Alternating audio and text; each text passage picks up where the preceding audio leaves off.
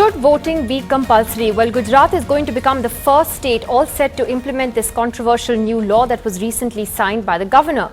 The law seeks to make voting in local body elections mandatory first. That would include municipal corporations, municipalities and village panchayats. Even more controversially, the government can impose a penalty on those who don't vote.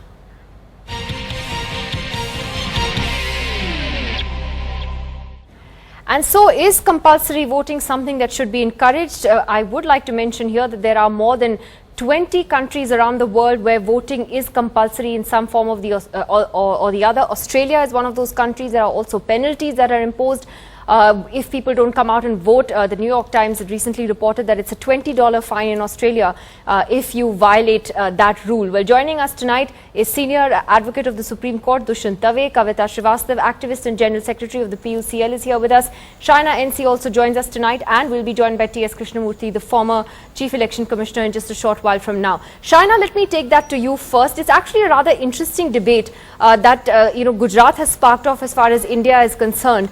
Why does the BJP feel that voting should be made mandatory?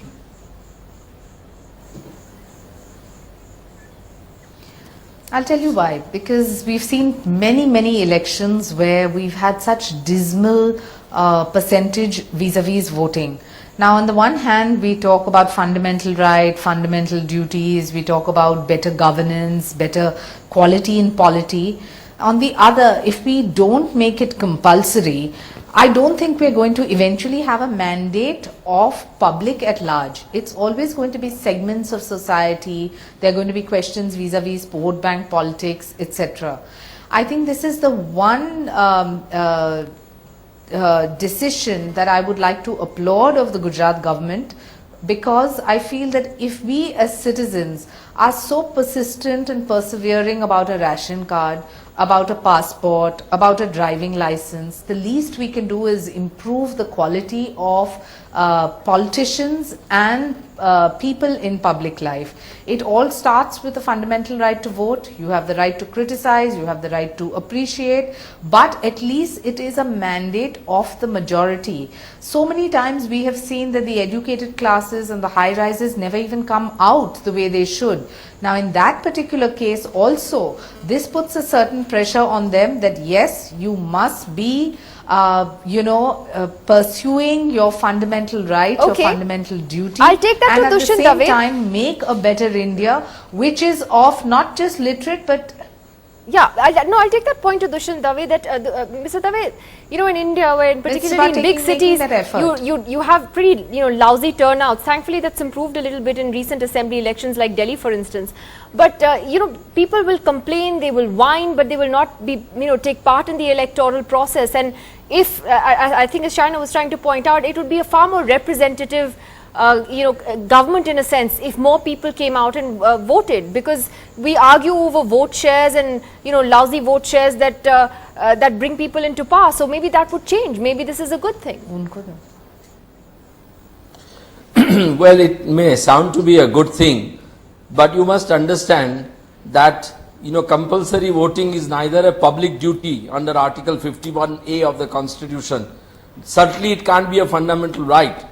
So it's really difficult for anyone to say that it can be imposed by virtue of a this kind of a law. Even when the 93rd Amendment to the Constitution was brought, which brought about the Panchayati Raj system and the grassroots level politics or democracy, the Parliament didn't think it appropriate to make this as a compulsory provision.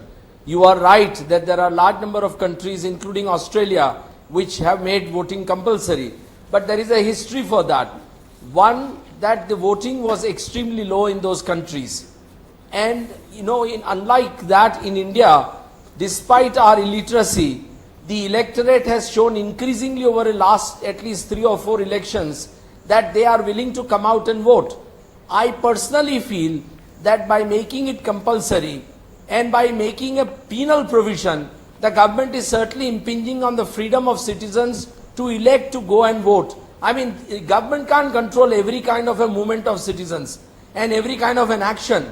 or the thought process. I think We the have- point you we make on the have written- penalty is very important in particular. I'll take that to Kavita, because actually that seems to have caused more controversy than anything else.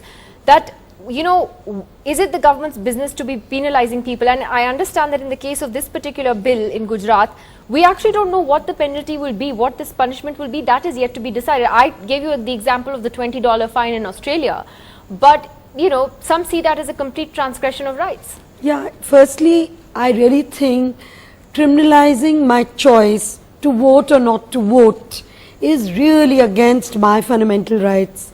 It's a complete curtailment of Article 19 and affects my life and liberty, because there will be some sort of criminalization. I really think this is not going to stand constitutionality of the courts, and it will be struck down. I mean, unnecessarily, the BJP mindset is such to just control people's choices. They want to decide on everything, you know, on what views I hold, that will be criminalized, on what choices I want to make or not make, whom I want to love or not love. It's part of that same trend. I'm horrified that the state of Gujarat, you know, at the time when Nota happened, that was a PUCL petition. That time also, I you know, the knew when this BJP was coming tried up. to say that make it mandatory. But of course, that was not a matter that came up. You know, Nidhi, the same panel, if this bill was coming in another state, would have accepted civil it. liberties cannot be violated. This law is going to be illegal. There ought to have been a constitutional amendment. The constitutional forefathers would have thought through this thing. That is why, as the earlier speaker said, it didn't come in as a fundamental duty. I think criminalizing my right not to vote is something which we will not accept. This has to be rejected. Shaina, yes, I mean, you seem to be suggesting that it's the Gujarat factor at play. It's not Gujarat. You know, It's choices. It's choices. But it's not. BJP likes to Absolutely. control I mean, please, our Nidhi, minds. how can this be an argument? Because it is about choice at the end of the This day. is I think not that about it's BJP, not about, ma'am. it's It's actually, about choice. it's It's not not about about Gujarat. BJP. Look, let's just put the This jokes is about aside. having It is better about, it is polity, about whether public people have a right to participation. not want to And vote. for people who don't like the candidates, they please. There's a right to Nidhi, reject. let me please Let say her finish, something. let her finish. Kavita, let her It's finish. not as if people don't have the option. 1 second. Yeah, go ahead, Shaina. It's not as if people don't have the option of nota. I mean, I find this, you know, bashing of BJP and constantly contradicting anything that comes from the state of Gujarat. I mean, it goes to the limit where here there is something good which is happening for a democracy to be vibrant, a democracy to be proactive, for the political class to be on its feet, to be accountable, transparent, etc., for better people in public life, and even that you are opposing.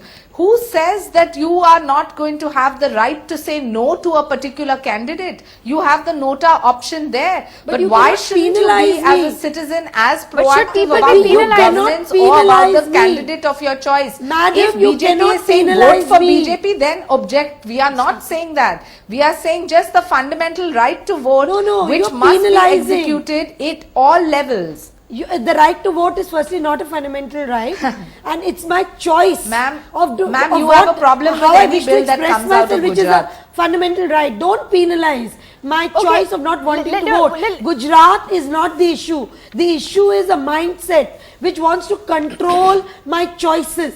That's the mindset which is problematic. Okay, Mr. And the Lem- bill comes out of that. Mr. It does not increase We are not controlling your participation choices. We are in telling you have the democracy. nota option if you don't want to vote. No, but why should I be dragged to the voting booth? Why?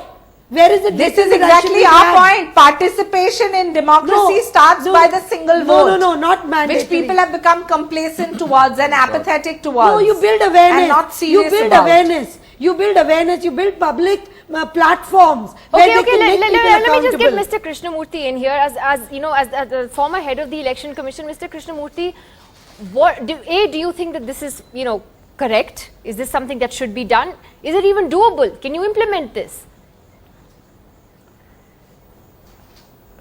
I'm afraid this particular measure can be argued both for and against. But we have to realize what is the purpose of compulsory voting. It is to improve the voter turnout, particularly in a democracy where the percentage of voter turnout is only around 60%. Do you want to increase the voter awareness and voter education and to ensure that they come and vote, or you are satisfied with the 60% voting.